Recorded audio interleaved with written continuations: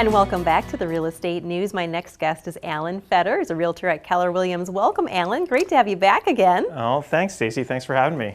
So this time of year, it's Christmas time. People are busy, but you're out there saying that people can still be out there buying and selling. What do people need to be thinking about this time of year? Yeah, that is a great question. And, you know, a lot of times people this time of year, because they're busy with the holidays or whatnot, they're thinking ahead to the spring and thinking, yeah, we're going to list our house in the spring, or we're going to buy a house in the spring. And contrary to that belief, actually, this time of year is a great time to be looking for. If you're a buyer, you actually can leverage that a little bit, and you know, there's not as much competition.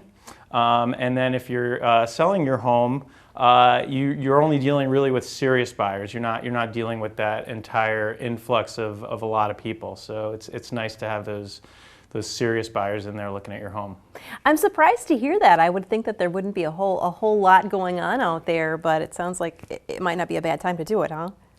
No, we are surprisingly busy right now. As at times it does tend to slow down this time of year, but this year we seem to be really hitting our stride, so we're happy about that. So somebody's out there thinking, I'm not ready to do it right now. The holidays are just way too busy.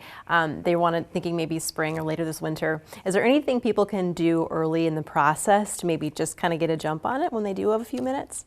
Absolutely. I mean, most people are going to get out there on the internet and start their search that way, which of course is a great way to start. One thing they might not be thinking about is that they maybe should talk to a lender as early as they can to get an idea of kind of what their purchasing power is, and to see what range that they might want to be looking in. Because you know, for someone who's buying, there's nothing worse than looking at a house and then maybe realizing later that, well, that might not be in my budget. And so we try to steer people towards lenders early in the process, and we find that to be really, really valuable. So on the flip side, if somebody feels like they've got a ton of time on their hands and they're selling and they want to sell on their own and, you know, just kind of do everything themselves, what do you say to that?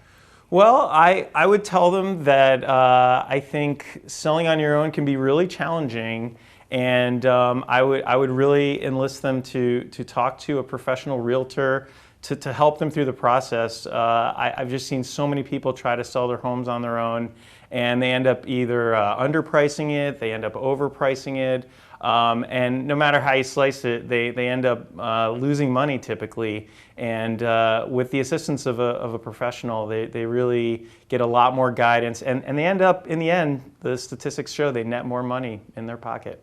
I think you might have sold a lot of people there thinking that they might be underselling themselves just a little bit and losing some money, so yeah. That's a good point. Well, yeah. Thanks so much. It was great to see you again, Alan. Great to see you, Stacy. Thank you. Stick around. We have more coming up.